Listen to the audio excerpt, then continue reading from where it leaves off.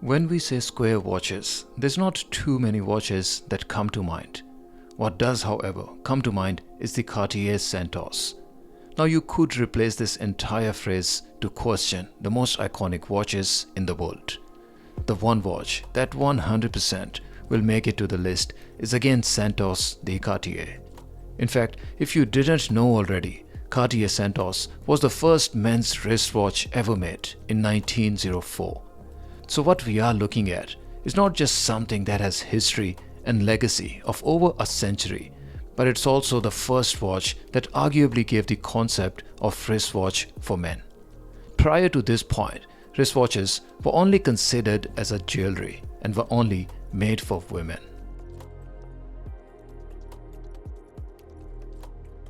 Now, another very interesting fact about the Santos is that it's not just a watch with the longest heritage, but it is also the one that retains the iconic and original looks for over 100 years.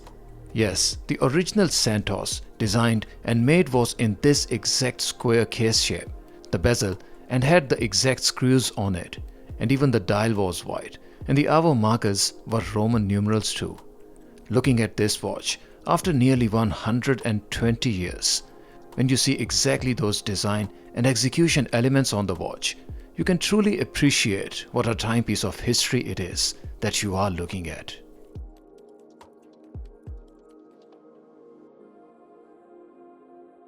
In this particular video, we are looking at the medium case reference WSSA0029, which Cartier state is a 35mm case size. Now it is worth mentioning that it is a very popular case size both for men and women.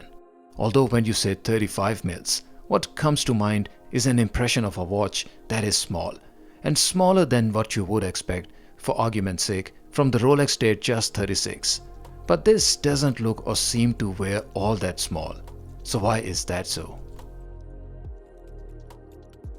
The reality is that the square case watches wear much bigger than the marketed or the case sizes. Reason being, it is a 35mm when measured horizontally across the case and without the crown or the crown guards included. Now we have set the benchmark to measure watch cases from 2 to 8 o'clock position, and doing the same, this same medium-sized Santos measures at 40mm.